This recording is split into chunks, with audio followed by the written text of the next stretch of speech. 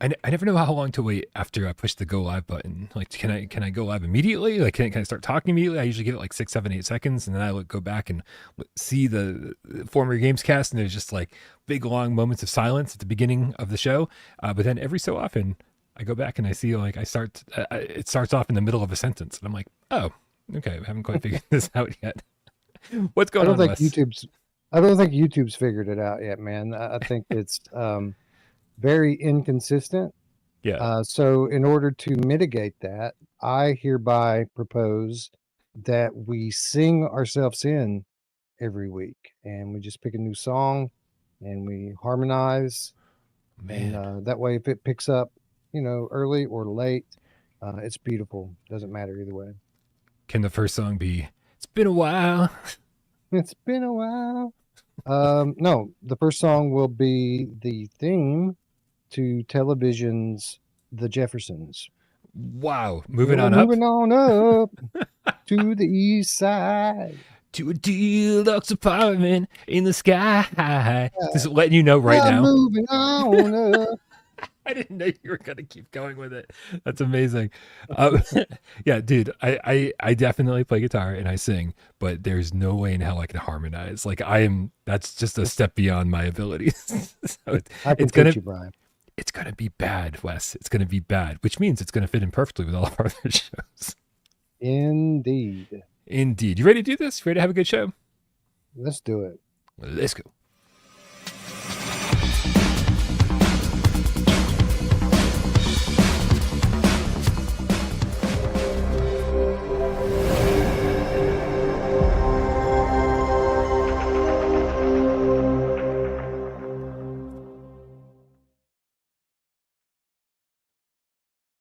This is PSVR Gamescast Live. We film live every single Monday, Wednesday, and 2 Wise Friday right here on YouTube. We do it live 6 p.m. Eastern for your viewing pleasure. We care about the input your eyeballs receive, but we also care about your oral pleasure. That's why our good friend Rod Pop puts stuff on podcast services of your choice. And if you don't like the big long conversations, not really sure what you're doing here to begin with, and you just want to jump to the topic that you want to be at, Rhodey puts up timestamps every. Oh, this isn't Monday or Friday though, so it's Wally today. Puts up timestamps for your convenience. We'll go with that. My name is Brian Paul from this channel right here with that Parole, and this gentleman over here to my left, you are right. It's Wes Dillon from our friendly co-inhabitant channel. I have no idea. It's Virtual Strangers. It's Wes Dillon. How you doing? I am doing well, sir. Just catching my breath, to be quite honest. Much like last week, the show is coming at a perfect time to give me a much needed break from work. I need to not be working for a minute, so I am absolutely ecstatic to be here, Brian. Well, if it makes you feel any better, all of these people in the chat they're all supposed to be at work as well. All of them are claiming to be working from home right now, but not the case, Wes. Not the case. They're getting paid to shoot the shit with us. Yeah, man. All of you are fired. It's been quite a week, dude. It's been quite a week. I mean, it's been a little bit slow on the news front as far as PSVR2 stuff's concerned, but we do have a new game coming out tomorrow, EXOcars, and I know it's been something that a lot of people have been curious about. Jeremy in the chat's wondering where House of DaVinci is. We're also wondering that, but it should be coming soon. I talked to the developers of House of DaVinci not that long ago, and I was like, hey, I read through the Steam reviews, and it was like, hey, the complaints are mostly about how it's like node to node teleportation. Is there any chance that you guys are going to like address that before the PSVR 2 release to kind of like make the ultimate version? And they were like, no, this is the game. This is what you're getting. And I was like, okay. So as long as you're cool with that, awesome. Yeah, it's fine. It's fine for these games, right? I mean, obviously, we all would love to have full locomotion every time for every game, but let's be honest, sometimes it just doesn't matter. And I feel like this is one of those times. Yeah, I mean, listen, I think I would go to bat to wanting to try a version of the Room VR Dark Matter with full locomotion. In maybe some indication, like some spotlights kind of shining on the places where you would teleport to give you an idea of like where you're supposed to be in the environment, to like direct you towards, oh, there's a puzzle to interact with over here. All right, this is where we would have put you. But I do think at the same time, it might have gotten real difficult if you didn't really know where you were supposed to go and what you were supposed to do. The node to node stuff works out pretty well. But yeah, so we should be hearing more about that game soon. It sounds like we should be getting it within the next few months, I believe. Don't quote me on that because I constantly get quoted on stuff that I shouldn't be quoted on. Where's Killzone VR, you guys? Anyway, Wes, let's talk about some stuff. Kicking it off. Speaking of Killzone, Yeah, shout out to Jimmy Bowers and the big congratulations on his new position with Rebellion. I saw this on my Twitter feed yesterday, and I'm absolutely ecstatic. That guy is awesome, and I'm very happy for his success. yeah. I actually just learned about his new position with Rebellion like literally minutes ago over on Discord, and very very happy for him, man. He is. I mean, there's not even any competition. We've dealt with a lot of community managers over the last decade doing this stuff, and he's by far the best community manager you could possibly get. In my book, he transformed Endreams. Just the way that they handled everything, the way they handled dealing with content creators. There was never anybody there that would like reach out to us before, that would stay in constant contact with us and give us the information we needed. It was always impossible. And then once he got there, he really infused that place with a lot of heart and a lot of soul. And then when he left, you could feel that heart and soul leave with him. So I knew that wherever he ended up would be very, very fortunate to have him. So congratulations to Rebellion, even more so than Jimmy Bowers. Word. Yeah, you want to kick it off with a viewer takeover question from not the Discord? Sure. Great. This is how we used to do it. People just used to post hashtag viewer takeover questions in the comments on Without Parole videos. And that's exactly what JH did. He writes hashtag viewer takeover. And I'm really happy you're here, Wes, because I think you're the only one I know that could shed some light on this. He writes, in a recent article, it was stated that all of Insomniac's high-end VR games were no longer available to purchase on Steam. Do you think that's a sign that they're coming to PSVR 2? All of Insomniac's high-end VR games no longer able to purchase on Steam. Well, first of all, those games were never available to purchase on Steam. So hopefully he means not on the Oculus Rift store, because that's where they all, if I'm not mistaken, previously resided, and they were all Meta exclusives. So hopefully the genesis of this question isn't coming from someone looking on Steam for those games, because they were never there. But if that's true, that's certainly interesting. But I don't think it would be the first time that we've seen things like this happen. Sometimes games go missing from the Rift store for a little while, and then they end up coming back. I think Stormland actually is one of those games. I think it did go away for a while before. So I wouldn't read too much into it, honestly, but it certainly would be cool, right? I mean, it would definitely be cool. Stormlands, I'm very curious about, because not only had I always heard good things about it prior to, like when it first released, and people asking, is this ever going to come to PSVR 1 back in the day? But also when Arcane Age came out, everyone was like, this is just Stormland. Did you find it to be true? Like, is there a correlation there that's accurate? Yeah, there's actually there's a lot of similarities. Now, don't get me wrong; they're not carbon copy from one another. They are different games, but they have some certainly some vibes in terms of like the art direction, for sure. That's probably the biggest thing, is that the games look and feel very similar. But yeah, they do diverge a bit. Like Stormland is a more like open world where Arcane Age is very contained. Stormland's more of a pure shooter where Arcane Age obviously has melee combat and a lot of different things like that. But besides that, I mean, there's a lot of the same elements that they both have. You is kind of this android, like futuristic robot thing, with various upgrade paths for you, your character, and your weapons. Stormland has the same stuff, progression trees. I'm watching the trailer right now as you're talking, and it looks like the main character literally looks like Johnny Five is alive from Short Circuit, but with legs instead of the conveyor belts. A good it's call. Cool. This is listen. I do have to say, sorry to interrupt because I want to hear everything you have to say about this game because I'm curious. As much as I loved Arcane Age, there's like an art style here that kind of ventures more into the realism side of post-apocalyptia than Arcane Age did. Arcane Age was set in like more of a fantasy type world, and this really speaks to me. I love games that look like this, and so I'd love to see what this looks like in the headset.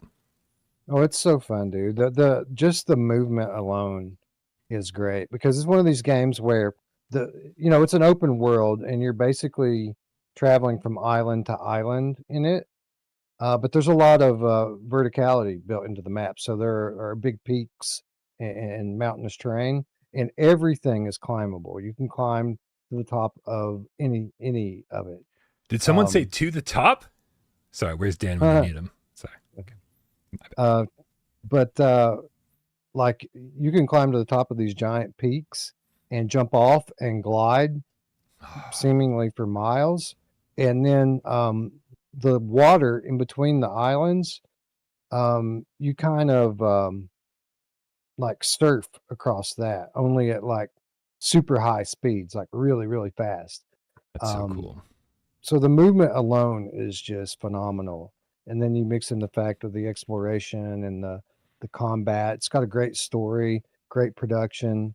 It really is. It's one of the best games in VR. So like, and it holds up even at all these years later. It's something like a 4 or 5 year old game, and if it were to launch today, I think it would get rave reviews again. That's great to hear. I mean, who knows how long the meta exclusivity lasts for? Who knows like what the deal was when this was being made? Obviously, as a wholly Sony owned corporation, you would hope that Insomniac has some plans to bring their VR games over to PSVR2, where they belong and would really, really shine. I do have to say, though, AJ, did you have to Google that?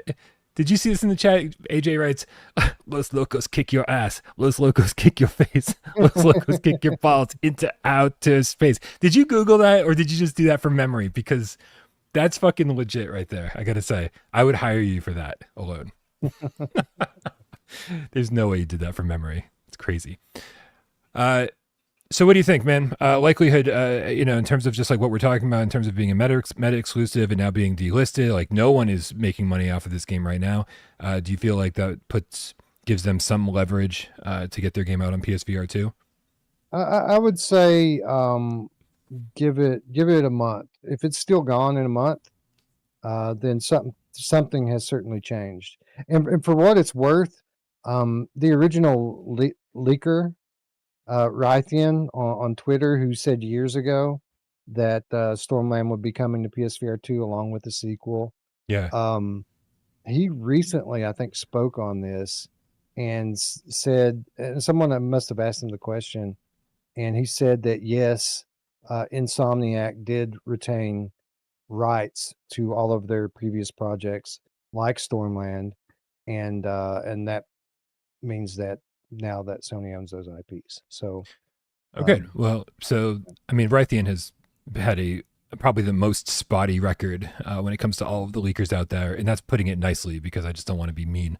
I just feel like most of his leaks have been completely inaccurate, or taken years to happen, meaning most of them haven't happened yet, and we're still waiting that many years. However, knowing that Sony also has the rights to Blood and Truth and Everybody's Golf VR and Farpoint and all sorts of other great first party VR games. It doesn't instill me with too much faith that they're just going to be like, oh yeah, well, we're going to bring the Insomniac ones over to PSVR2 when we haven't even brought the PSVR1 ones over to PSVR2. But hopefully it will all happen. We're entering the golden age of PSVR2. I'm feeling very much like Raytheon when I say that, because I'm like, I don't know if that's true. I'm just gonna say it, and it will hopefully turn out to be right. Oh my God. Sorry, the chat is keeping me really entertained today. Alex Blanco in the chat says, my screen's really small, and I read it not as Los Lobos, but as Los Lobos was picturing AJ dancing to La Bamba. This is, as always, the chat is more entertaining than the actual show. All right. But good stuff. Very curious to find out what happens with anything that Insomniac made. Let's head over, though, to Gamesradar, Wes, because Gamesradar posted a shockingly positive article about PSVR 2. I don't know if you can believe that, but I'm very, very happy to see it. And let's see if I can't bring it up right now. There it is. It worked. When I asked it to work, it worked. It's a short article, Wes, so I'm going to... What in the hell is this? See, I thought things would work, and now they didn't. It's a short article, so I'm just going to read through it real fast, and then we can talk about it. I don't think they really impart too much information here, but I do think that it's a good sign that we're getting some positive press here. So the title of the article by Duncan Robertson, published 2 days ago, is PSVR Space 2's price drop makes it cheaper than the MetaQuest 3, and I know which one I'd buy. Wes, if I hadn't just said that this is a positive article about PSVR 2, I think we'd go into this going, yeah, they're going to say Quest. They're going to say Quest. They always say Quest. Everyone always says Quest. Standalone. You don't need PS5, blah, blah, blah. He says, I've always thought of the PSVR Space 2 as the strongest all-around VR headset for gaming on the shelves. It may not have had the standalone power of Meta's Quest device, and it may have been designed for visually lossless PC gaming, but it has always offered high-end, often innovative VR features for its asking price. Now, Sony has officially dropped the price tag from $400 in the US and $400 in the UK. This was a move most likely brought by an increasing competitive VR market. Since PSVR Space 2's launch, the MetaQuest 3, MetaQuest 3S, Pico 4 Ultra, Apple Vision Pro, and HTC Vive Focus Vision have all launched following PlayStation's lead of bringing 4K VR devices down below $1,000 in price. PSVR 2's No Space price drop takes effect today, and retailers like PlayStation Direct stores are already showing Sony's second VR headset for the new price of $400. Blah, blah, blah, blah, blah, blah, blah. Skip. Okay, with PSVR 2's price more affordable than the MetaQuest 3, that makes the... Sorry, trains on my end. That makes the two clear rivals, if they weren't already... That makes the two clear rivals if they weren't already, and even makes the argument for buying PSVR Space 2 over MetaQuest 3S. Arguably, the two appeal to different sides of the market since Quest 3 targets the user with standalone aspirations and spatial computing needs with all of its mixed reality goodness. PSVR Space 2 is a very gaming-coded headset that doesn't have much use besides, but it's always been the case that a big part of MetaQuest users come from gamers who want a convenient headset. I'd argue that for gaming, PSVR Space 2 is the winner. It needs to be tethered to a PC or PS5 to work, but you get OLED displays, which makes your games punch your eyeballs with incredibly vivid colors, a smooth 120 hertz refresh rate, eye tracking, and foveated rendering, all with haptic feedback in the headband. Quest 3's gaming is fine. When pancake lenses do a lot of the hard work, but PlayStation design its headset for the best gaming experience. Meta's more general appeal definitely pulls it back in comparison. That's pretty much it. He says a little bit more about PC side of things. I wouldn't say that this is delivering any kind of information that we need. It's not delivering any kind of sales figures that I'd love to hear about.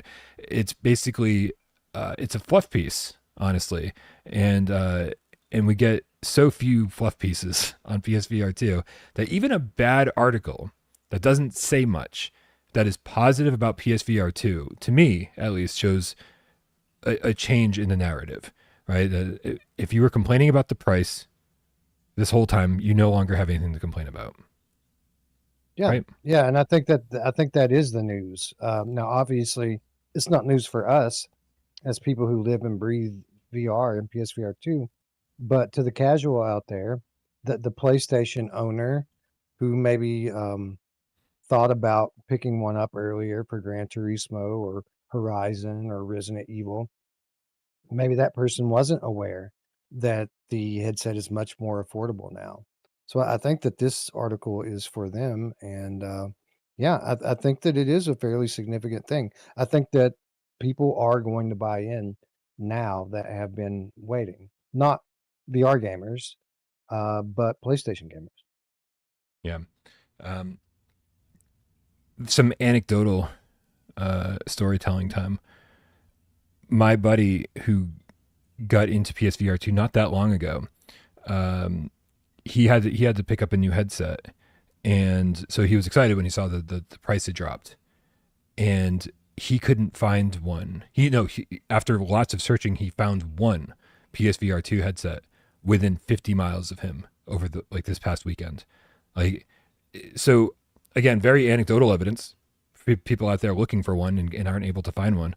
That is crazy. I don't know what stores he checked. I don't know if he went to like direct.playstation.com. Like, are they sold out over there on the website? I have no idea. I could check right now. I don't care.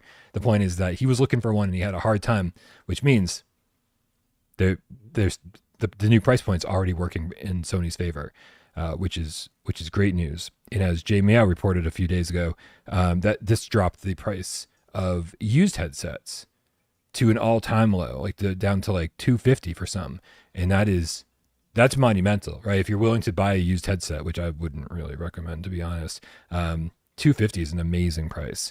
So I think a lot of people who are selling it are probably selling it because they bought it and they just never really used it. So it might not be the worst idea ever. Yeah, you can get a deal with these headsets. To be honest, a lot of the people that post these up on Facebook Marketplace have them in like new condition.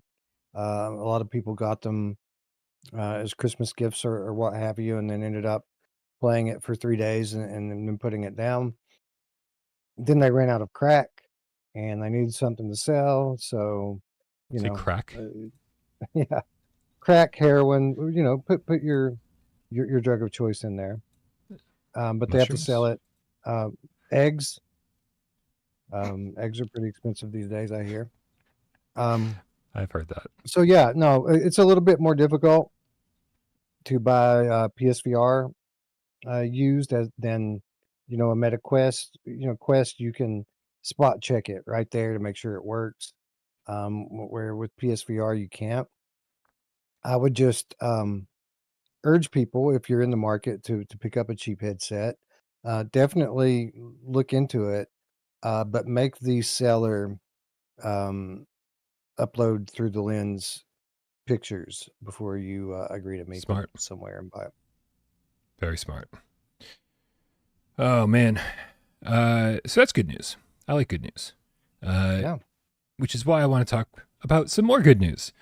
We had Jamie Feltham on Monday's show, and we were talking a little bit about the upcoming, I want to say March 11th VR Games Showcase.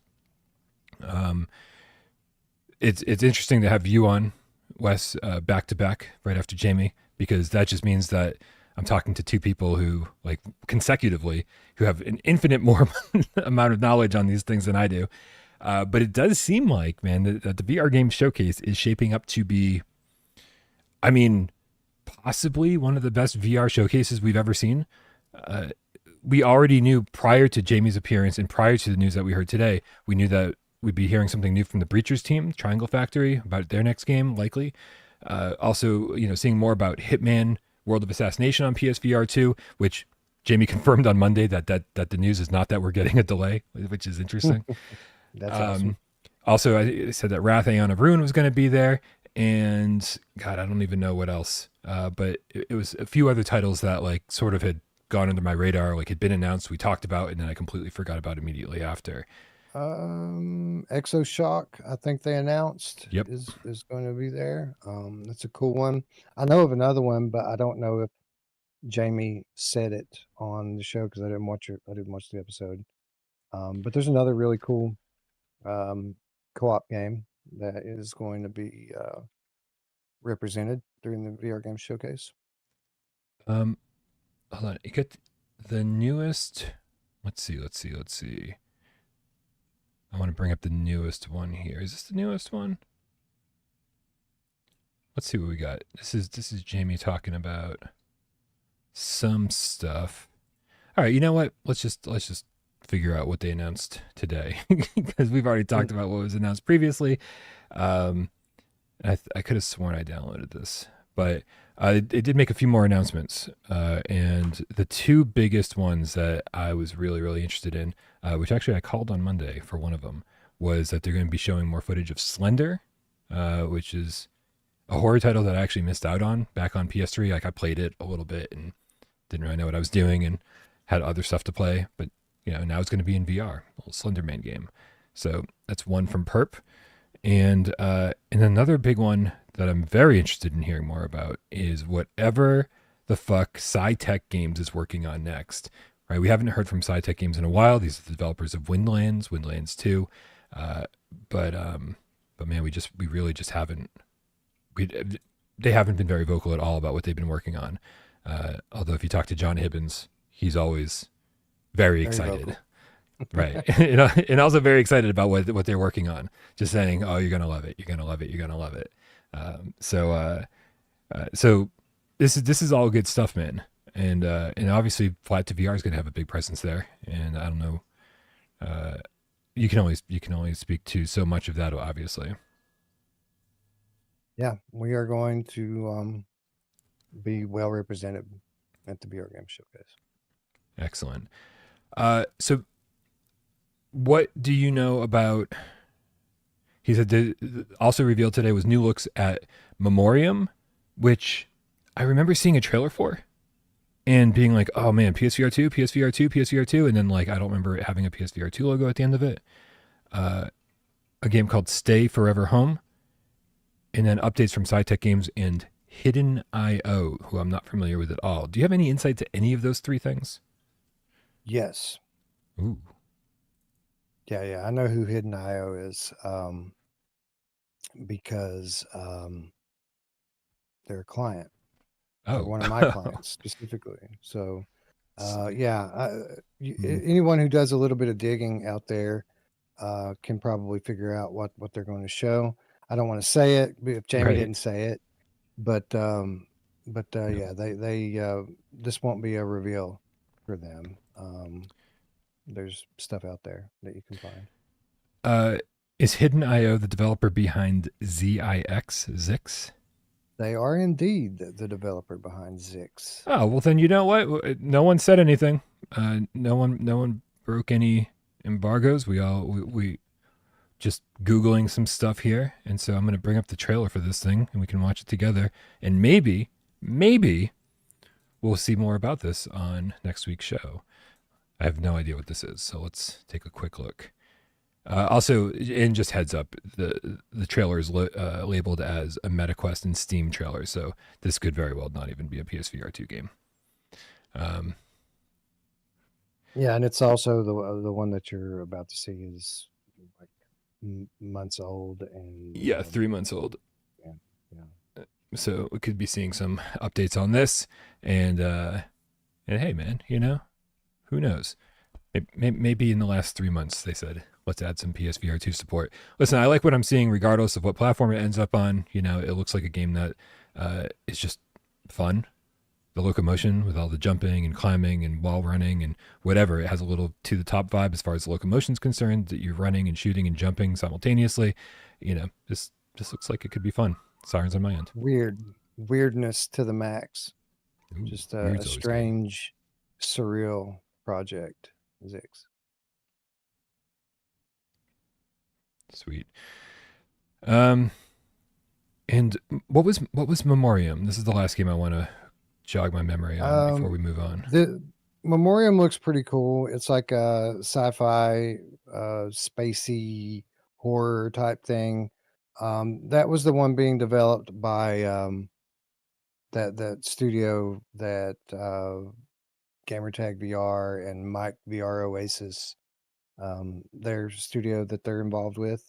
Okay. I don't remember what the name of their studio is, but No, Memorium looks cool.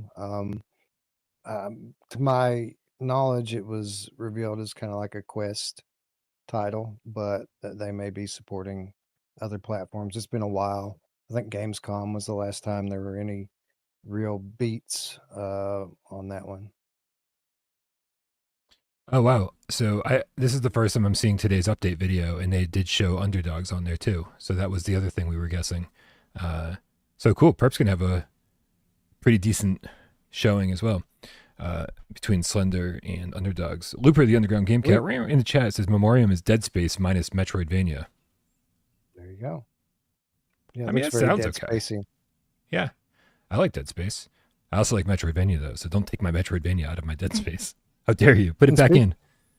And speaking of Perp, we've still got another title outstanding from them that was previously announced that we haven't heard from in a while.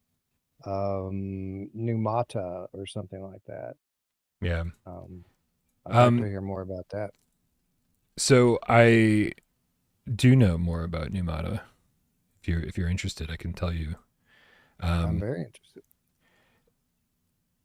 The VR mode for Numata is currently on hold, and so it's not. They made it very clear to say it's not canceled. It's just on hold. So I don't know if there's improvements that are going to be made to like the flat screen version, and and like kind of like complete that in response to gamer feedback before they start saying, okay, now we're going to bring this over to VR, or what's going to happen. But currently on hold, not canceled. So I'd say maybe back burner that one in your mind for until they say something else about it. Yeah. Like, Q1 2027. Yeah, probably. Which, if it means we're getting a better game, that's fine. I'm Sure. perfectly happy forgetting about a game that I was anticipating and playing it when it's ready to go. Yeah, I'd rather get a good game late than a bad game today, That's true. I'd gladly pay you Tuesday for a cheeseburger today. I don't think that's what that means at all. Tolerable Aussie with the $2 says, wee wee wee wee. Sirens on my end. Okay. I don't know if we should get in the habit of everybody announcing when there's sirens on your end. I just feel like that I don't like even when there's sirens on my end. I don't think we need sirens on everybody's end. But we do appreciate the heads up, just in case anybody's driving in Australia right now. Get off the road. JPEG Q with the $5 tip says, random thought. Imagine what Xbox and PS5 fans would think if after Forza 5 comes to PS5, if it were to get PSVR2 support. That would be totally awesome. Totally awesome. Like, listen, I don't want to like ruin any kind of optimism that people might have for these Xbox games coming to PlayStation. But like, I would understand.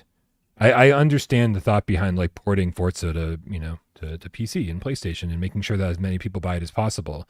But I think that Microsoft would still want Xbox to be, if not the definitive place to play the game, then at least on par with all other systems, right? And so if I doubt that they would bring this awesome functionality of VR support to the PlayStation 5 version when they don't have anything like that on the Xbox version.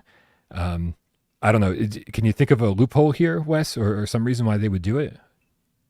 Well, no, not specifically. I would just say that in general, in recent months, Xbox has moved away from kind of being a hardware platform into becoming more of a software platform that serves, all catalogs and all stores. They've been very active publishing Xbox games on Sony platform. So, assuming that is indicative of the direction for their company going forward, it may very soon be the case that they just don't care to support Xbox in that way, and Xbox hardware in that way. They may just think of the Xbox console as just another product that they're offering people so that they have an affordable way to experience their games. Interestingly enough, in the chat, World of Longplay says it was already announced that Forza Horizon 5 will support PS5 Pro, making it better on PS5 than Xbox Series X. Oh, there That's you go. interesting. So already shot down my argument. I like it. Also, But like if they want, sorry, go ahead. I was going to say for what it's worth in general, with these racing sims, I see all the time these racing sims come up with VR support. And as a PSVR2 gamer who also games on PC, I have very little interest in them. And I know that there's a big community and a certain type of enthusiast that's what they live for, are these racing sims. But as a VR enthusiast who just kind of enjoys racing games, um, man, we've got Gran Turismo. Like nothing that ever pops up on PC ever turns in my head, because if I'm going to put time into playing a racing sim, I'm just going to go play Gran Turismo. It's awesome. I wonder also if, because the VR community is so gung ho about Gran Turismo, and the racing game community is so gung ho about Gran Turismo and VR support, you got to wonder if that there are people at Microsoft being like, in order to compete with Gran Turismo on PlayStation 5, we need to add VR support just to make sure that our game is at least equal to the competition. So I guess there's all sorts of ways you could look at this. It all just depends on how much money they're willing to put into it.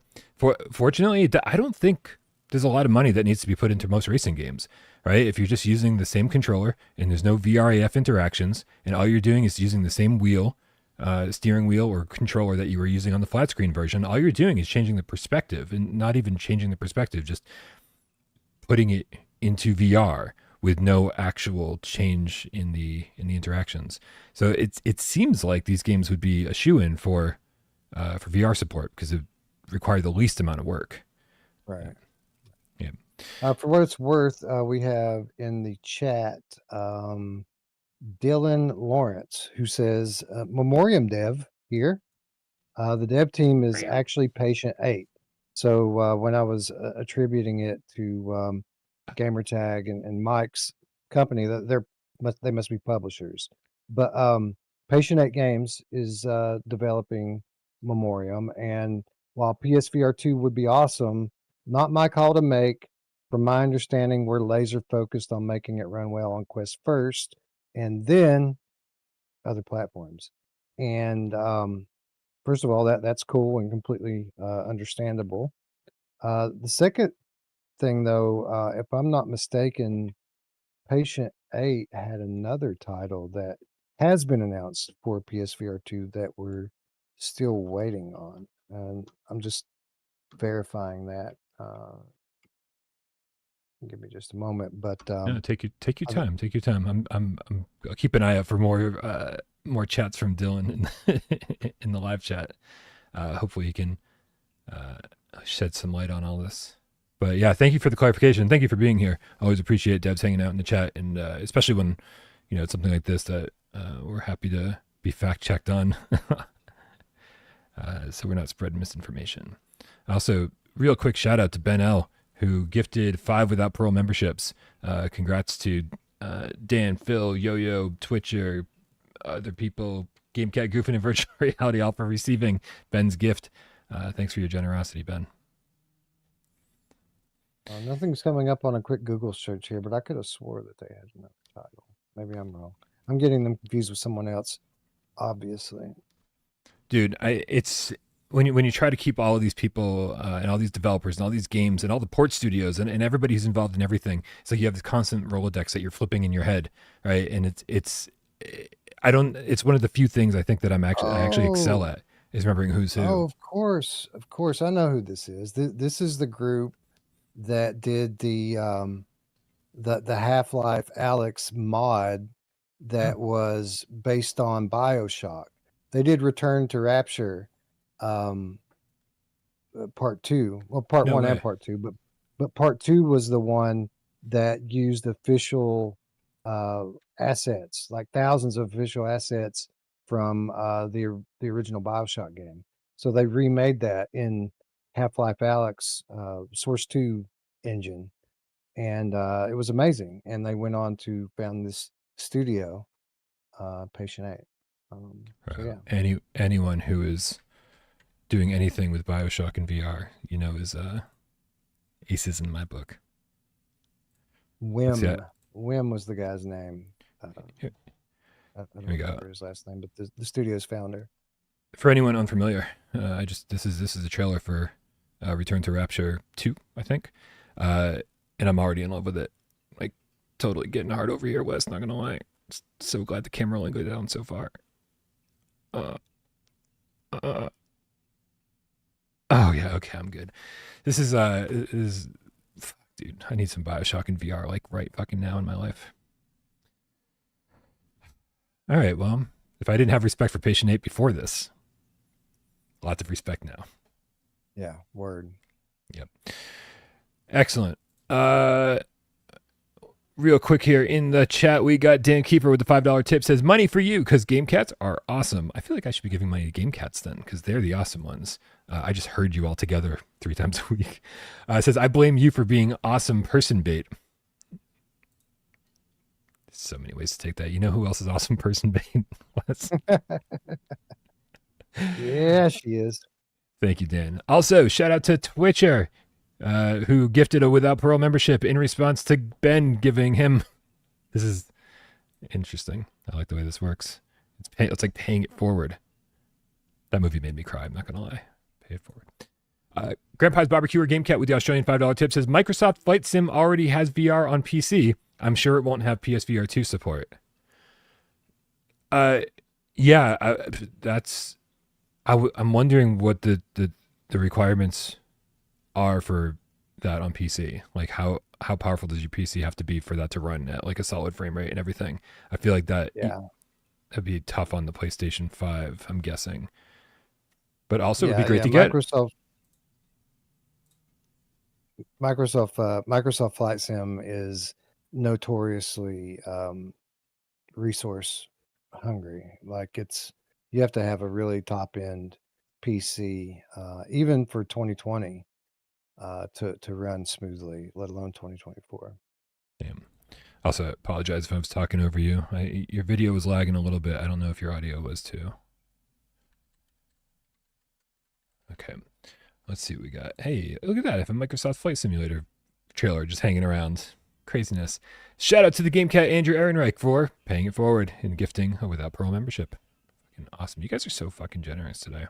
It's very sweet of you. hey, listen, if you're being generous, don't forget we have a GoFundMe that's happening. We haven't really promoted it very much, but the GoFundMe is for the PAX East. We don't know how much money we need, which is the crazy part. So we just threw out a random, really high number, and we are doing our best in order to reach that goal. I'm going to throw the link for that in the chat.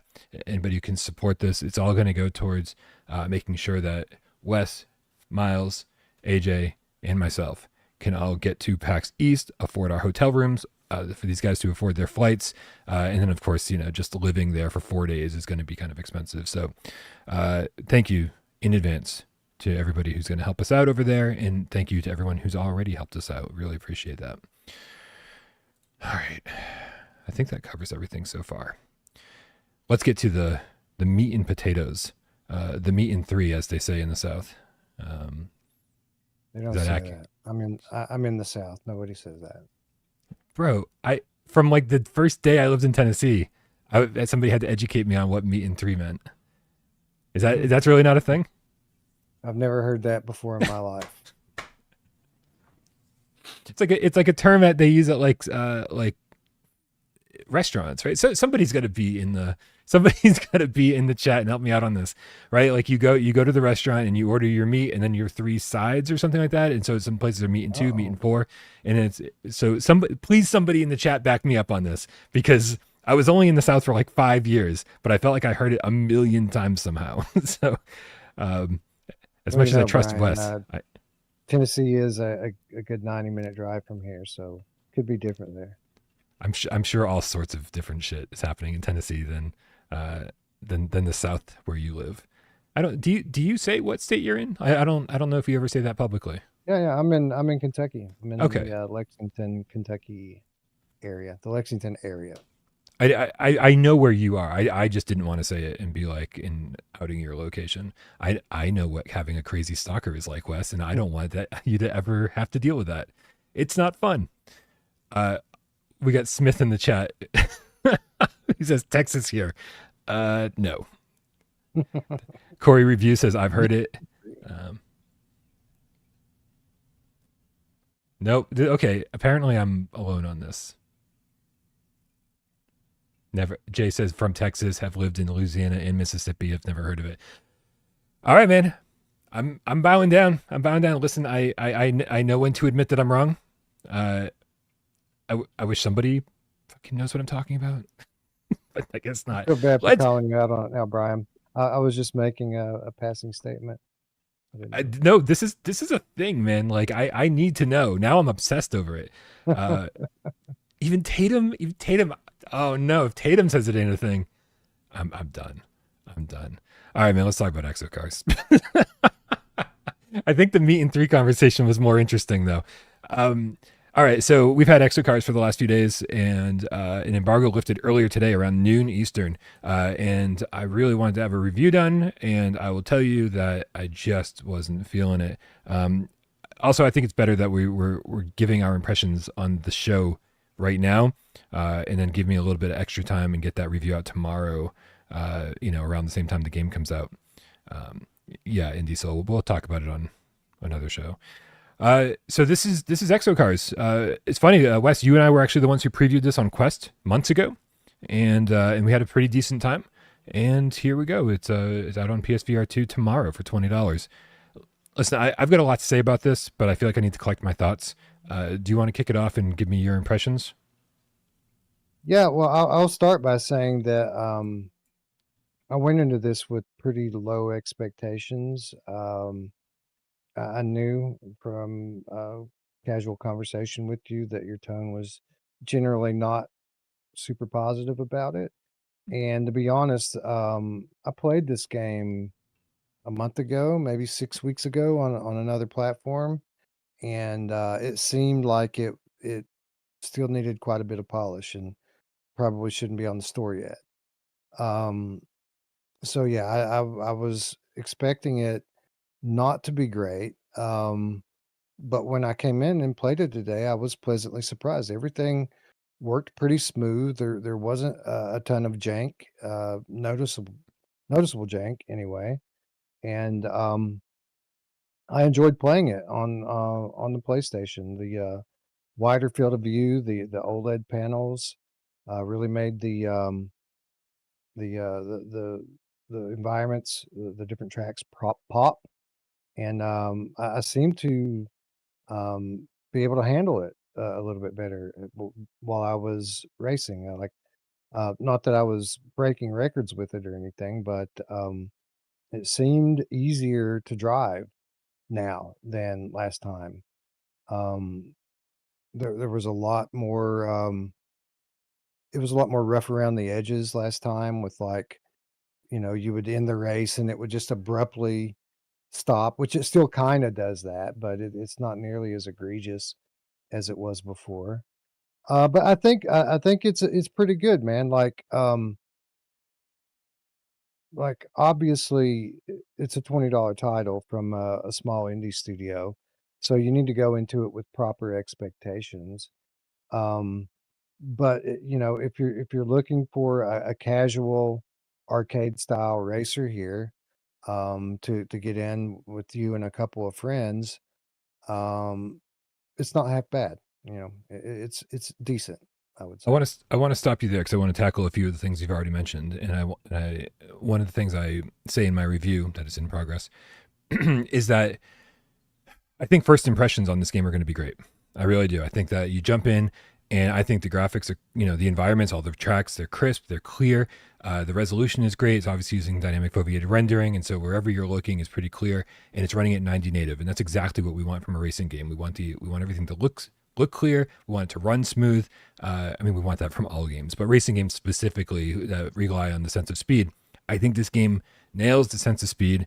And I think it's really cool that you're driving in a different type of vehicle. These buggy cars are obviously all about shocks and suspension and bouncing all over the place. And, every turn is this delicate maneuver where you're, basically initiating a power slide or drifting around corners and kind of dealing with that momentum.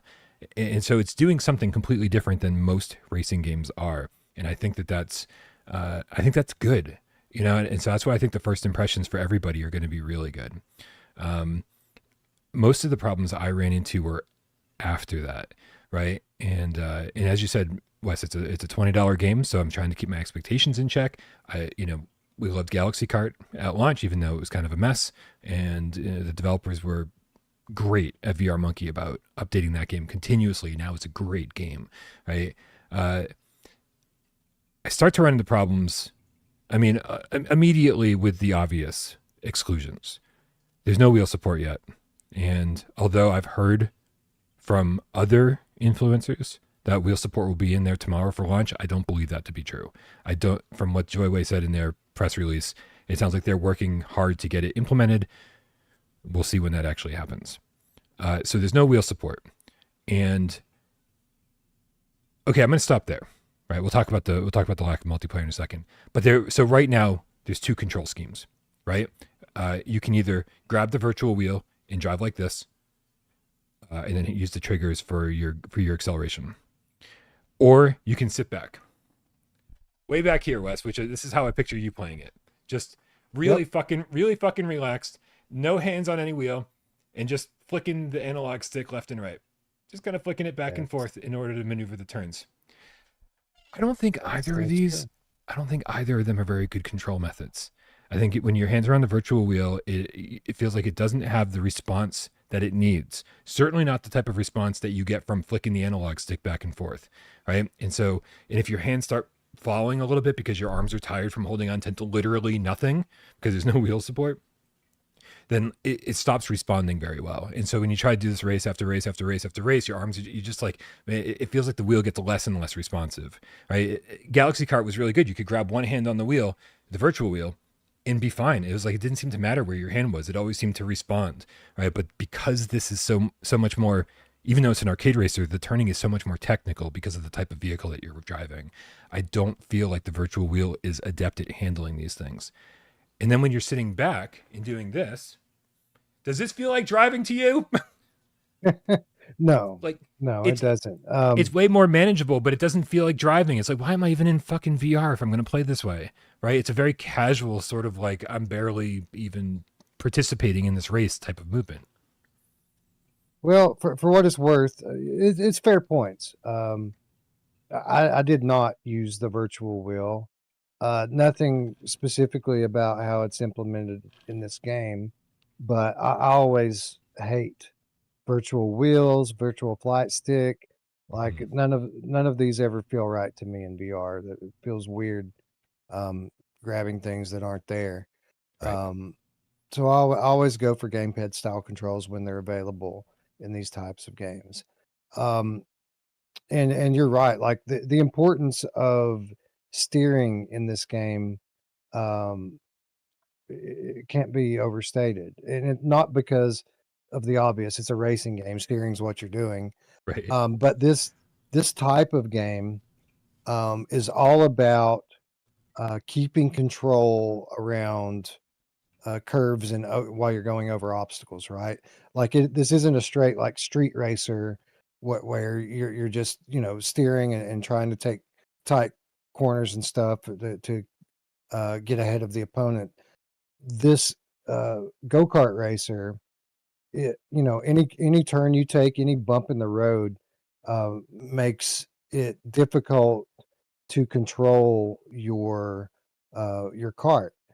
So literally the whole game here is trying to regain control as you're going around curves, as you're taking jumps, and it getting good at this means making very small, nuanced movements. In this case, with the thumbsticks or virtual wheel. So it's a fair point. Like if the whole game is um, making small adjustments to steering, then you would need all of the steering options to be super polished and balanced. So I think, assuming that they nail the wheel support, that's going to be the way to play. Obviously, like that's going to be the way that you want to play. But I yeah, agree. um, taking curves and things in this game with the gamepad made it easier, but by no means did it make it easy. Right. Yeah. It's still pretty hard to control these things going around these curves. Well, and so not that we need to get into a whole discussion about this, but I would like to make it super clear that, the team over at Zocus has said, listen, we'll put wheel support back in because everyone's demanded it, but we need to put you guys in a separate league because of all the advantages that come with wheel support. I was like, well, then in that case, you need to put the analog stick people in a separate class, in a separate league, True. because those people have it way easier than the virtual wheel or the actual steering wheel. So I just think, like, what's good for the goose and all that shit. Like, you can't, you're separating the wheel support people who are maybe have it easier than the virtual wheel, but not nearly as easy as the analog stick people. It just seems like they just don't understand like their own game to some degree. Or the genre, because it's not like, for this specific game, people who have a wheel and pedal get a disproportionate advantage. This is the case for every racing game. Like the way to play is with wheel and pedal. Yeah.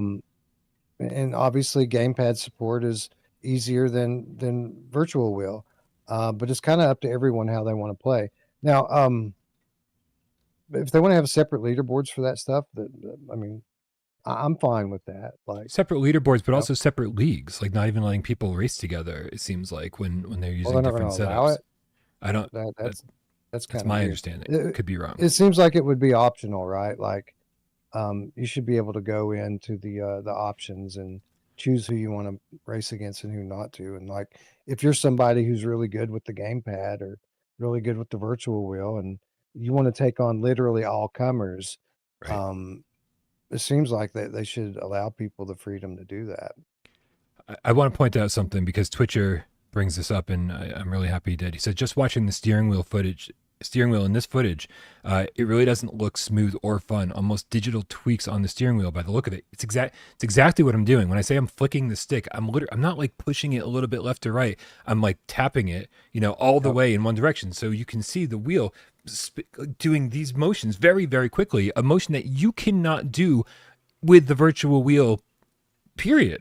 You just can't do it. You can't do this constantly. You're gonna exhaust yourself in 5 seconds. It's just, that's what I'm saying, is that like the people who are using the stick have this unfair advantage because you get to use this jerky motion that you would never use when driving a vehicle like this.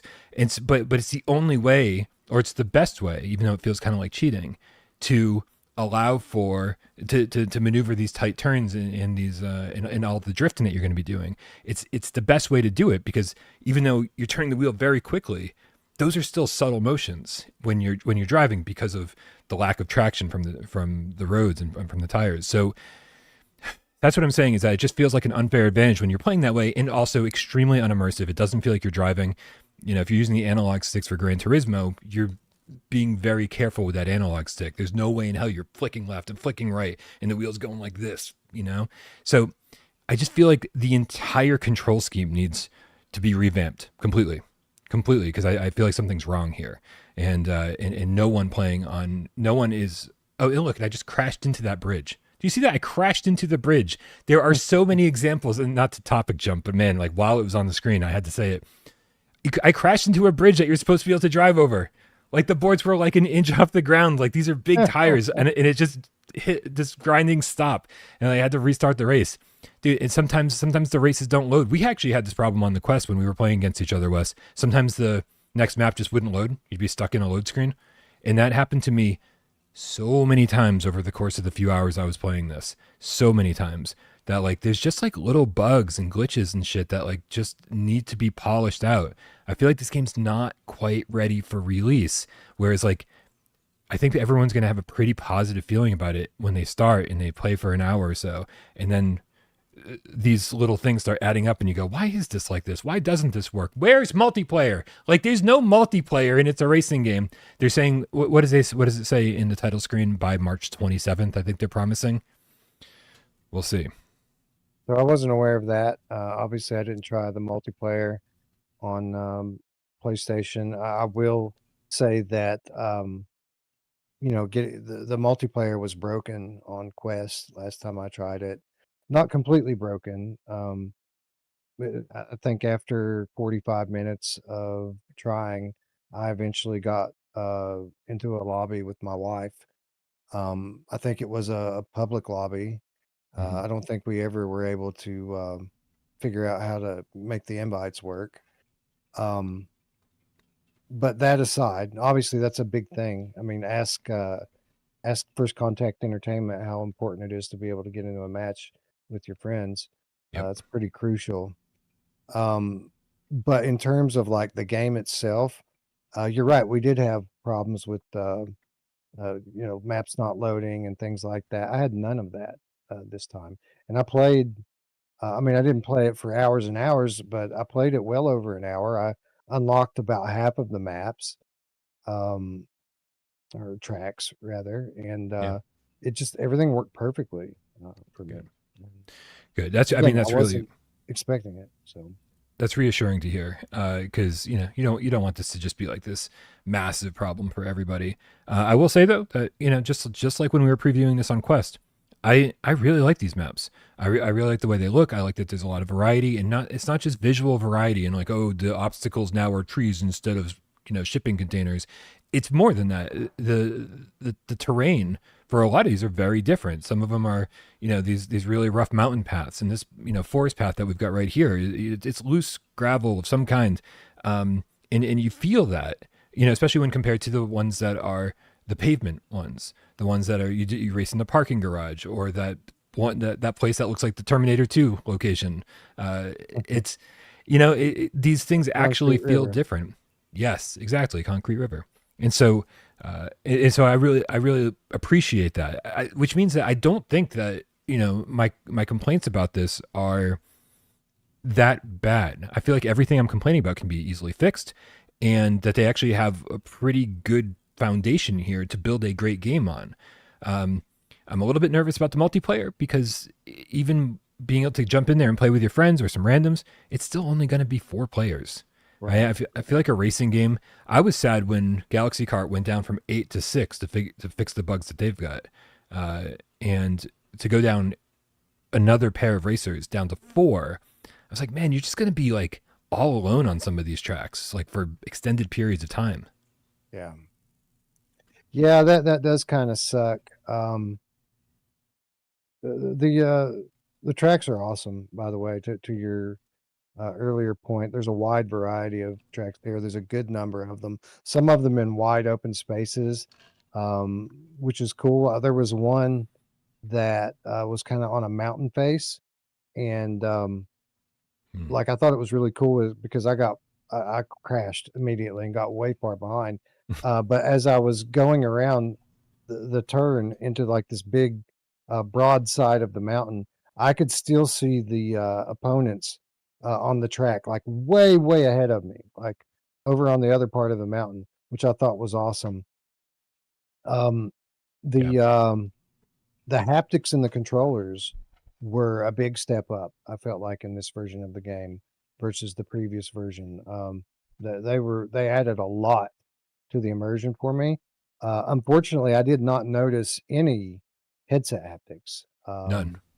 Even when you flip and even when you flip and you're upside down, and which I appreciate. I feel like this is a very unique style of racing, this buggy car racing, and I feel like they've got such strong haptics from the engine in your controllers that it's just crazy to me that it's awesome when you're bouncing around and you're hitting the wall and you're flipping upside down, and it's almost like they were like, fucking who cares about motion sickness. This is for the VR vets who love this feeling of immersion, and so I was really happy to see that. But it's like, well, then why is this constant response in the controllers. Why isn't there headset haptics at least when you're flipping and hitting the walls and shit like that?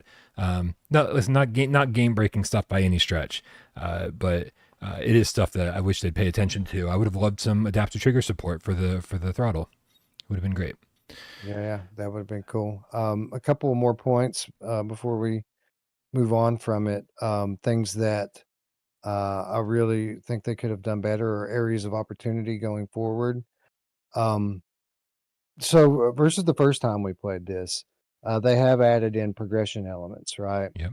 Like you can now, instead of just having everyone having the same buggy that operates the same, you get money for completing the races, and there's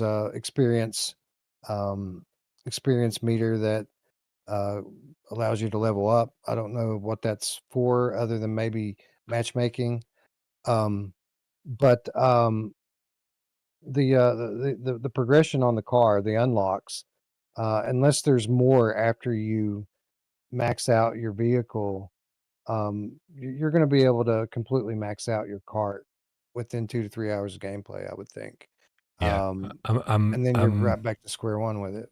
I'm right about there at maxing it out, and yeah, it did not take very long at all, like 3 hours max. So Yeah, good so point. they had the right idea there, but that they should have made it way more nuanced than what it is. So, like, it should be the case that you max out your cart, and then the next step is to buy a new cart that's a little bit better at certain things than the one you started with, and then you start improving on that one.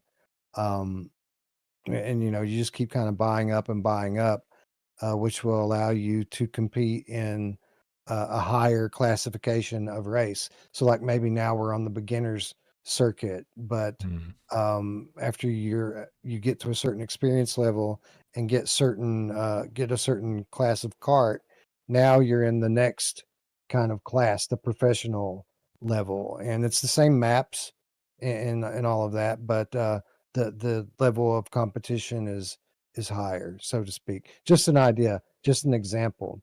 Right. But this is all still very kind of small in terms of scope for a game like this.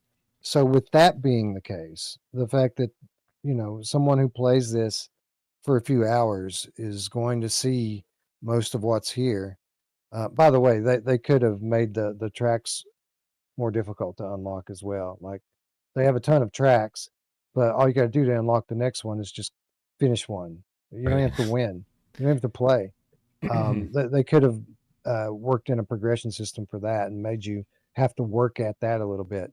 But since that's not there, and the scope of gameplay is still relatively small here, I really, really wish that they had put the combat mode into the regular campaign, right? Um, 100% agree. Combat right. mode, the way it is right now, feels so tacked on. It feels just like, oh, this is another idea we had, so you got to go over to this other mode and play it that way, which is so weird, man. Because when you're playing through the campaign and you're unlocking track after track after track, like you said, just by playing each one, um, you're racing against ghosts, right? And so you can drive right through them. There's no collision with the other vehicles because they're ghost vehicles. And so you're basically competing with their times, and you get to see where they were on the track. So that's all that is. But then you go over to the bot mode where you can race and do the combat stuff with like some Mario Kart, more like Twisted Metal style weapons and shields and mines and stuff like that, which again could greatly be increased. I think the weapon variety is minimal.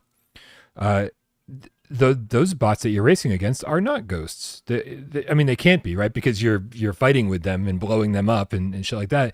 But it's like, Right. then why are they ghosts in the campaign mode? Like, just if you're able to do actual bot racing with actual collision detection, it's giving me opponents that I can actually crash into, then why wouldn't you just do that in all the game modes? On top of that, well, yeah, I mean, combat makes all of this way more interesting. And so why isn't that just an option to like check on or off in the campaign, in the multiplayer, and everything? No matter what mode you're in, you click combat on or off because that makes this way more fun. So the reason why, the reason why they're ghosts when you're playing in the regular um, casual mode or whatever it's called, the regular mode, um, is because they're not bots. It's because you're watching a race that someone who previously Right. run step for step. So the only way that they really can do that is by turning collision off, so that cause the you can't change the past. That would cause a paradox and tear a rip in the fabric of space time. We can't do that. Don't cross the Um, beams. now, first of all, I think that's an awesome feature to have the ghost racers, so that you're not just racing bots. You're racing actual other racers that went before you. That should be completely optional, though.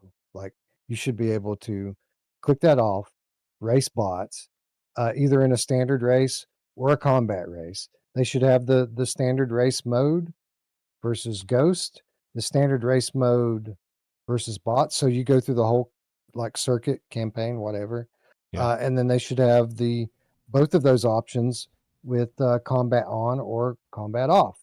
Um, Again, it's already very limited in scope in terms of the gameplay. You've got things built in to the game already that would allow for players to have a little bit more variety and a bit more richness to their experience. You just don't have it structured in a way that allows people to access everything that you've already programmed. Right. It just makes no sense. Vince Virtue in the chat says, I hope it's 90 native. I'm used to Galaxy Car looking and running so well. It is 100% 90 native. This is, of all the problems I have with EXOcars, the graphics and the audio, all that, the presentation is not something I have an issue with. I think it looks good in the headset. I think it runs super fast, smooth. The tracks look good enough. AJ was saying something on the lines of like, "Oh, it looks like a Quest game." I was like, "Yeah, but it looks like a good Quest game." And for $20, I'm not really going to complain about that stuff, especially since there's a lot of good variety here. Um, and and the music is great. The soundtrack is great, right? It's the constant roar of the engines, the constant just like rocking soundtrack. Like at the beginning, I was like, "Whoa, this music's loud," and then I was like, "You know what? I kind of like it loud. Let's blast this shit." And so I just kept the music blasting the entire time.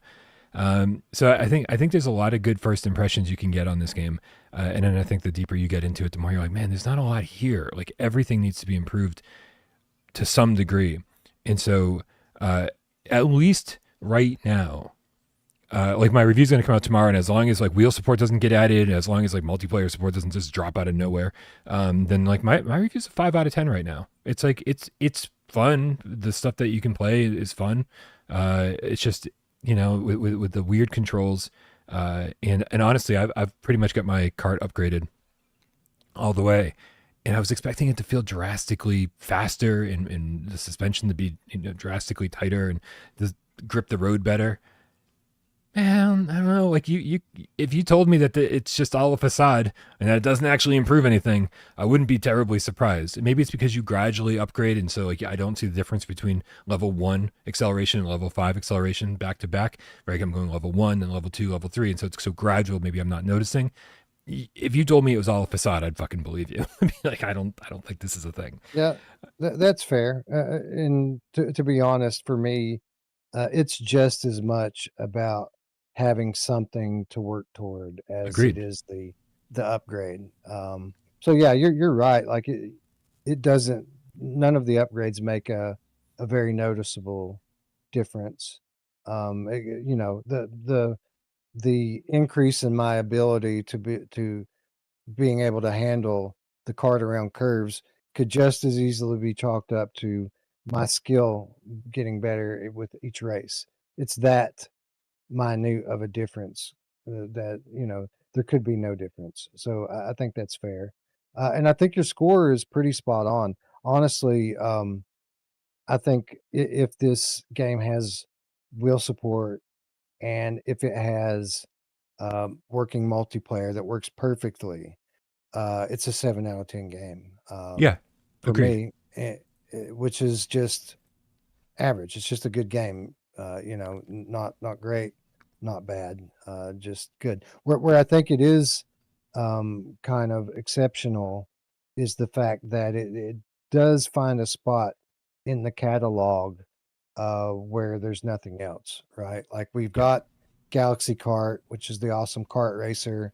We have Gran Turismo, which is the ultimate kind of racing sim. But we don't have anything else like this in the catalog that's like a go-kart racer that's super drifty and fast paced. So I think that there's definitely a place for it.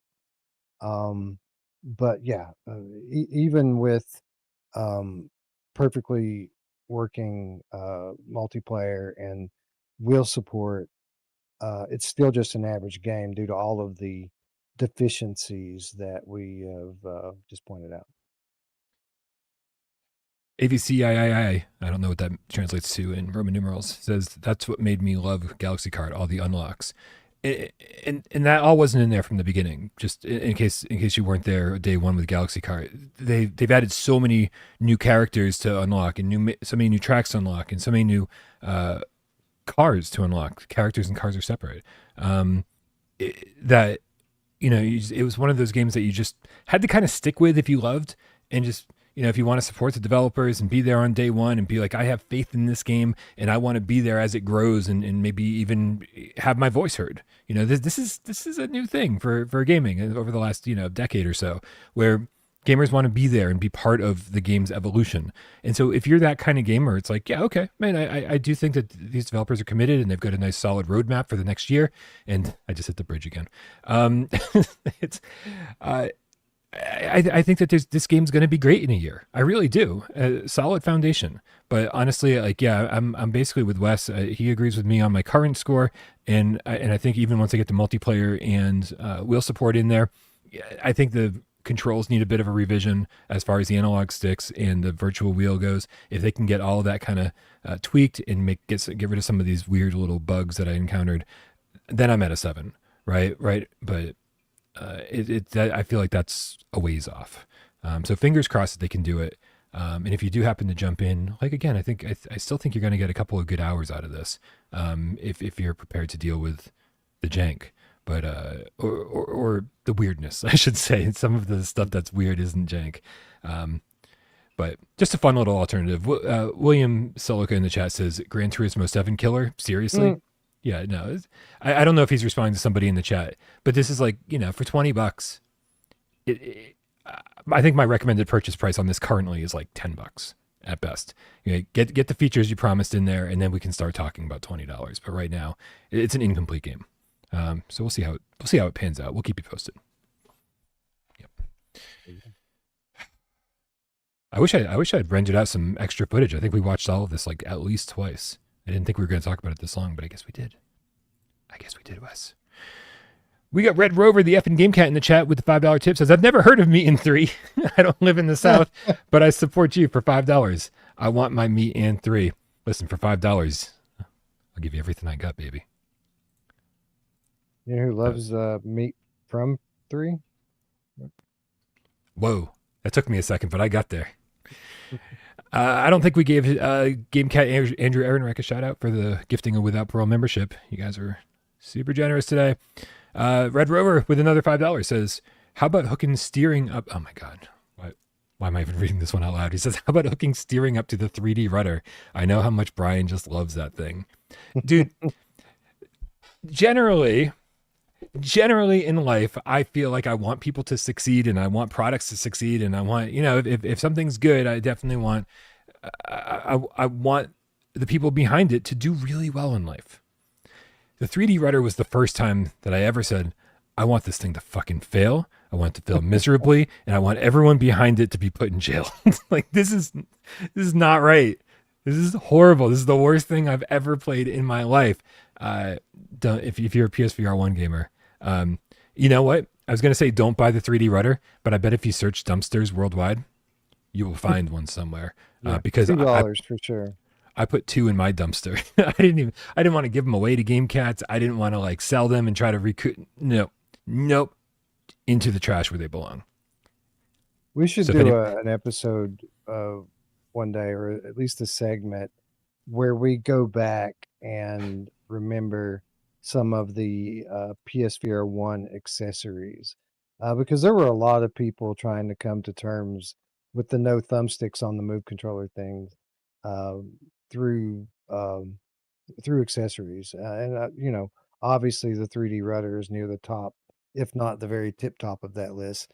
But there was a lot of weird ones. Like what were the shoes called? Remember the shoes that had like track balls in them or something like that? Oh my God. Yeah. I remember there being a few different companies, I mean, there's still VR treadmill people out there trying to make this happen. And I just don't know if that's ever going to be a thing. People already complain about how much space it takes to play VR. And I'm like, you're going to put Right. a treadmill in your living room? I don't know about that. That's what I was trying to think of the other day. Like there are a few like motion simulator rigs and things like that that I think look really awesome. I considered to myself the other day, if someone were to give me one of these things, because they're $2,000, $3,000, they're very expensive. But if someone were to give me one free of charge, would I take it? I don't know that I would, man. I don't have space here. Like these arcade 2VR or whatever, like these that VR arcade controller panel thing that recently launched. Like these people are still trying to send me one of those things, and it looks cool.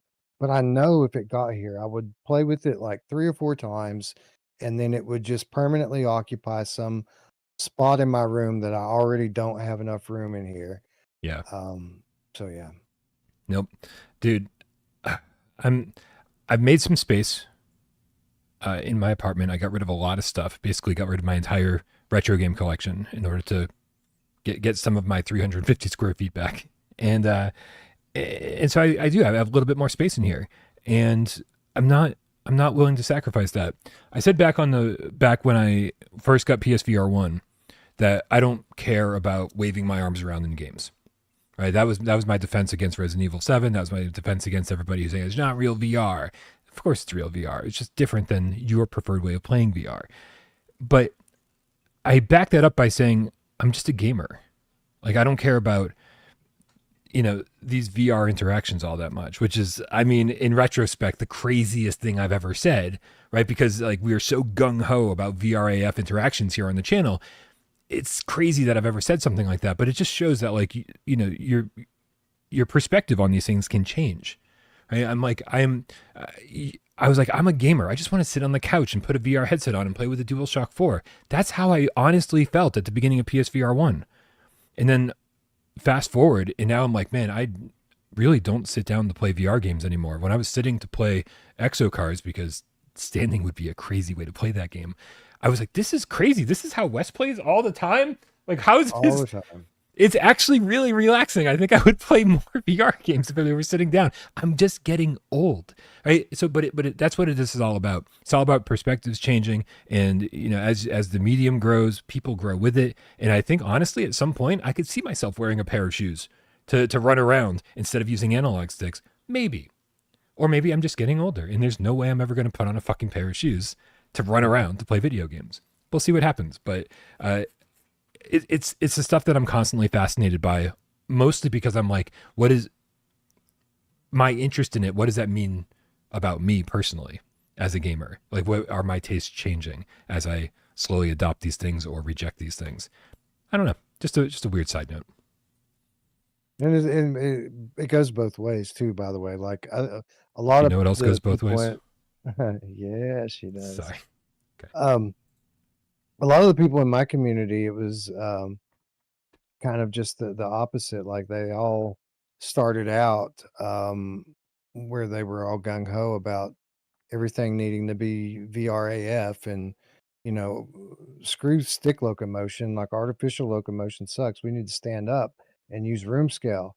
Um, a lot of those people now have changed to the point where like they could care less about actually climbing things in VR, and that they would rather just sit back and play with the gamepad versus manually miming things out for the sake of immersion.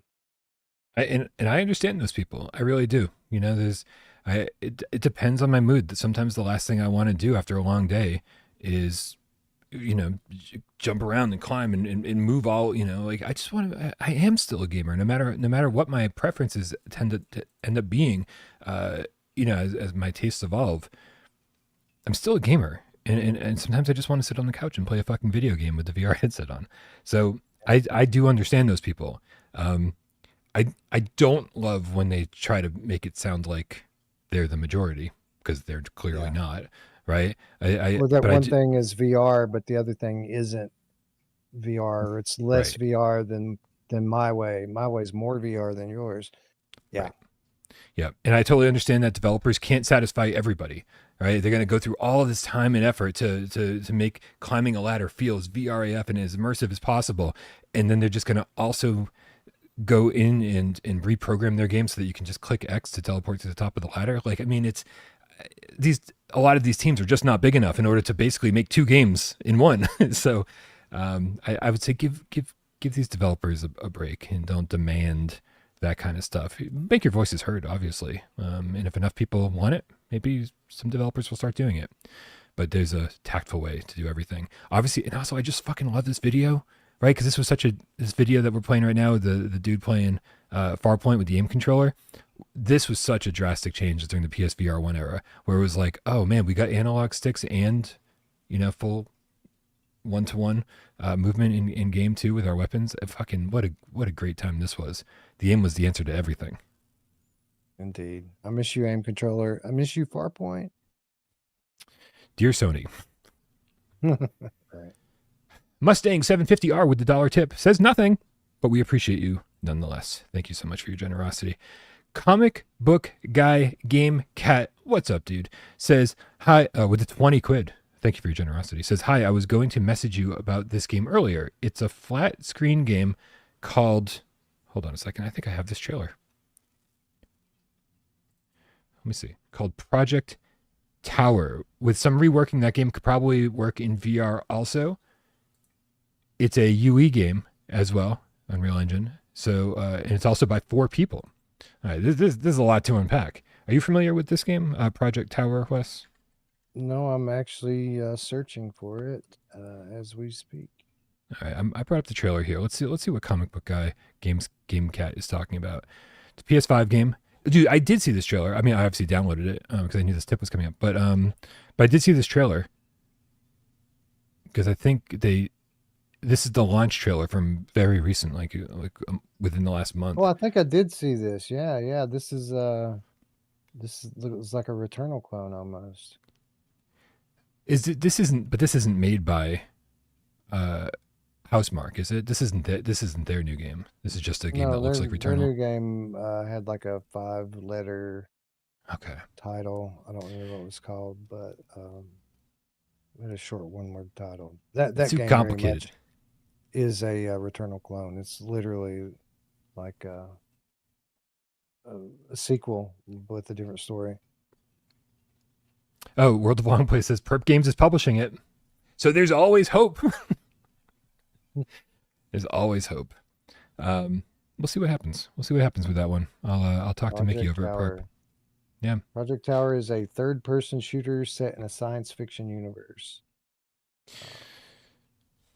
I mean, listen, if we can't get actual Returnal over on PSVR2, then let's get pretend Returnal on PSVR2. I'm down for the imitation if we can't get the real thing.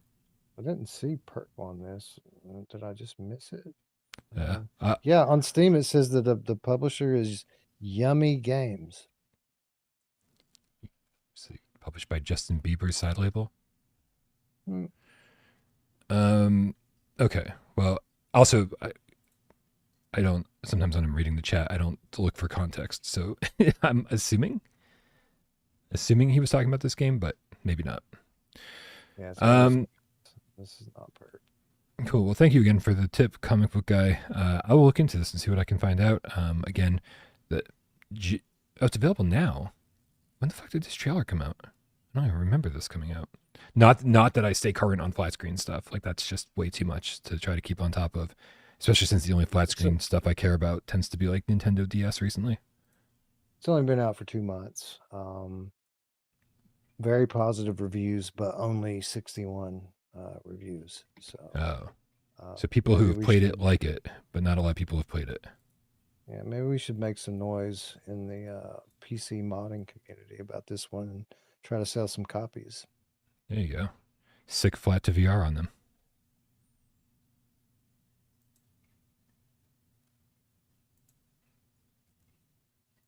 We have a lot. We have a lot in the works already, Brian.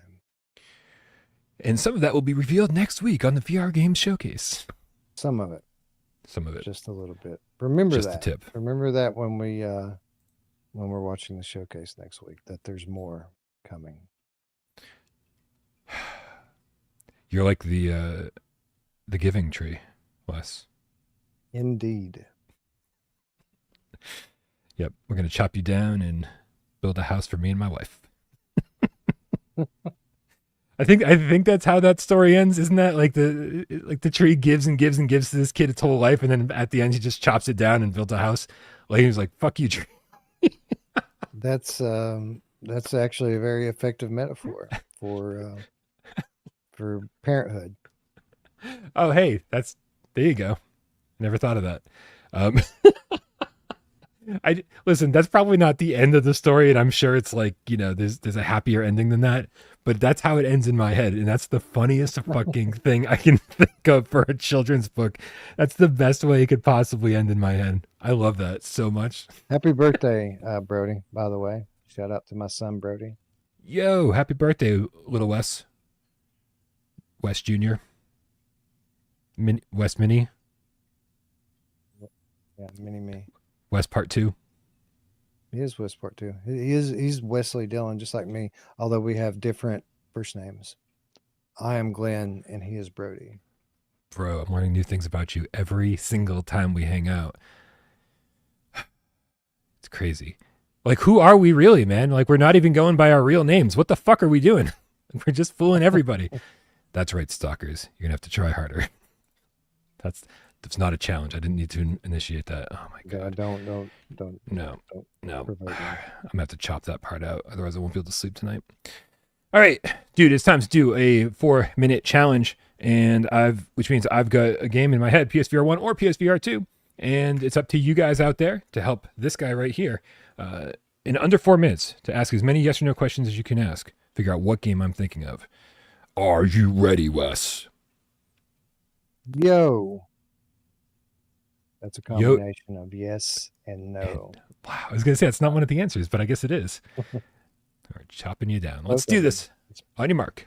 Get Des. Go. PSVR2 support? No.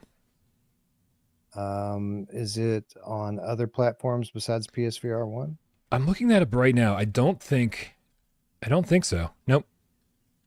PSVR1 exclusive. Is it playable flat? No. Not playable flat. VR exclusive, PSVR1 exclusive. Is it a launch title? No. Published by Sony? No. No. Oh, is it based on a known franchise? No. No. Okay. So basically all we have now is that it's a PSVR1 exclusive. Support move controllers? Oh, that is such a good question. I don't think so. Just double checking here. It is. Oh my God, there's no information on the PlayStation Store. I don't. Yes. Move support. Yep. Move support. Aim support? No. No. So it does DualShock support. I don't think so. Now that I'm realizing it's so move centric. Moves only. 3D rudder? I'm just joking. You don't have to answer that. Move controller required. There it is. Move controller required. Okay. Does it support the PS Move motion controller? Oh, the nav controller? Oh, Nav controller, yeah. I'm going to say no, it doesn't, because it says nothing about that here. But Okay. but it would have benefited from it big time. Is it a first person Yes. game? Is it have full locomotion? Yeah. Full locomotion. Is it a shooter? No, I mean there is shooting. So yes, but no, that's not like the primary. Okay, so there's some shooting. Would you call it like an adventure game? No, only in the loosest sense possible. I wouldn't say so. No. So there's full locomotion. Is it multiplayer? Nope. No multiplayer. Is it horror? Wait. Network players 2-2. Full game requires PlayStation Plus membership to access online multiplayer. There was multiplayer. I've reviewed this game. I don't even remember multiplayer. So yes, there is, but I have no idea how it's implemented. There's some sort of multiplayer. Full locomotion, some sort of multiplayer, first person with full locomotion. Um, did you say it's a horror game? Not a horror. Not a horror game. Sci-fi? No. I mean, again, not traditional sci-fi, but yeah, in a Right. sense. In a I'm gonna sense. give you this. Uh, I think it's like some kind of sci-fi / fantasy, more fantasy. More of a fantasy. Okay. Is it like a puzzle game? No. No. So there's some shooting, but no like puzzle aspects. Story driven? I mean, again, very very loose story. So no, not story driven. It's just kind of injected in Got there. a story. So I guess it has like a single player campaign that you're playing through. Yeah. Yeah. Okay. Is it good? Yeah. I mean, I think a few of us really liked it. I know AJ liked it. Mm, AJ liked it. That's a hint. Come on, AJ, step up. Well, Greta wasn't third person, so Yeah, anyway, Parole was good. shit. Yeah, Looper said Predator as well. Right. So is there melee combat in it? Not to my recollection. The time is up, but if you want to throw a guess out there, I feel like I took some long time answering some of these questions, so I think this is partially on me. But let's just go with is this game Falcon Age, Brian? This is not Falcon Age. I wish you'd asked if you were in a vehicle in this game, because you are almost entirely in a vehicle in this game that came to us on PSVR1 all the way back in 2019, December 2nd, 2019, from Agartha Studio. It is Stardust Odyssey. Does anyone remember this game? I would have never gotten that. You could No, have this was told me hard that mode. that the title started with Star, and I would have never gotten that. Oh man, this is such a strange fantasy. Again, it's a little sci-fi, but yeah, even watching this, I'm like, it's way more fantasy than I remember. This was all about moving these vehicles. Did you play this? You don't remember? No. You wouldn't have guessed it, but you didn't even play it. Oh, I barely remember it. It seems like I've got like a vague picture of the logo in my head from seeing it on the store, but I'd never played it and couldn't tell you anything about it. This was like, it was so weird because you're piloting this fantastic like airship, and it's like this big caravan with all these other ships all heading in the same direction as you. And what you're not supposed to be there. You're like some rogue cargo ship operator, and so you've got to hide behind the bigger ships when like the police ships come by, and there are weapons and things you upgrade on your ship. And it was so different from anything else we had, and still I don't think I've ever played a game like this. So if anybody's still got a PSVR1. Here's the interesting thing. The reason I brought this game, chose this game, was because somebody said, "Hey, I think this was delisted on the PlayStation Store," and in looking for it on the actual PlayStation Store, results nothing. You search Stardust Odyssey, no results. It's not there. But you can Google search Stardust Odyssey and bring up the store listing, and all you can do is add it to your wish list. You can't purchase it, so it has been delisted on the PSVR1. And if you jump through a few hoops, you can find the original store listing. I wonder if the people that have it in their library can still play it. Oh, I would bet you can. I feel like they've never delisted a game. Oh, that's not true. They have all that. All those. What was the not 404 games? Midnight Works games that Miles famously live streamed that were garbage. Yeah, those are gone. Those are gone, and I don't think you can play them. Starblood Arena. You can't play that anymore. Well, that's Gone. that's because the servers are down more than anything else, right? You can, I think you can actually boot into the game, and then there's just nothing you can do after the title screen. Oh, it will let you boot. I didn't even think you could boot into it. I think you can.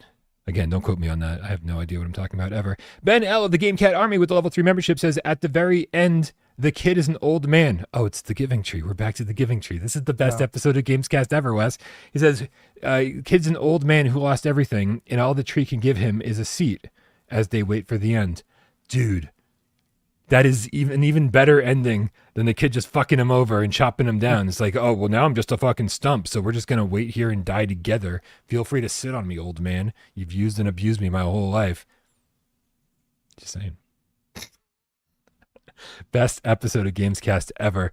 Guys, thank you so much for being here. Remember, we got that GoFundMe running in order to build some funds for PAX East. Make sure you come join us at PAX East. It's going to be amazing. I don't know what's going to happen, but it's going to be crazy. Also, thank you to everybody who supports the channel financially on a regular basis. Patreon.com/withoutparolegames. Remember, if you want your name scrolling on that banner down below, all you got to do is sign up for the $3 or more amount. We appreciate all of you, even the people who are giving less than that. We appreciate everybody. Also, everyone who is a member over here, everyone who tips during the show. Guys, we know that you don't have to give, right? You're going to get the show no matter what. You're going to get all the content no matter what. And so, you know, you're kind of just giving out of the kindness of your hearts and not expecting anything in return, and we love you for it. So thank you.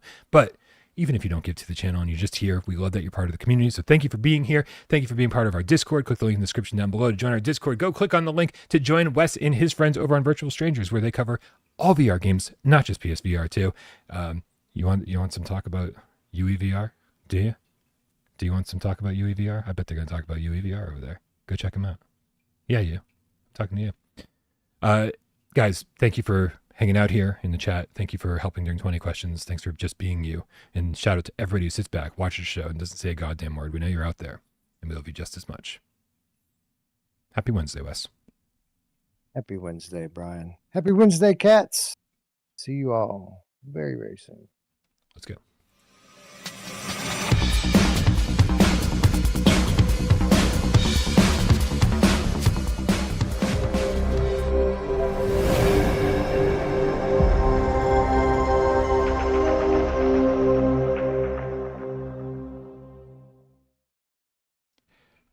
Wes, I just want to point out that Rhodey, the Game Cat Army General, in the chat says, okay, I was driving, so I couldn't post, but meat in 3 is a thing. Most barbecue in Tennessee are meat in 3. I fucking knew it. This went from being the best episode of Gamescast to being an episode of Gamescast that we're never gonna beat. We ended and somebody validated me, bro. I should just end the stream right now. I don't want anyone else to say anything else, right? Because we're going to ruin it. Somebody's going to screw it up. So let's get out of here. Good night. We love you all.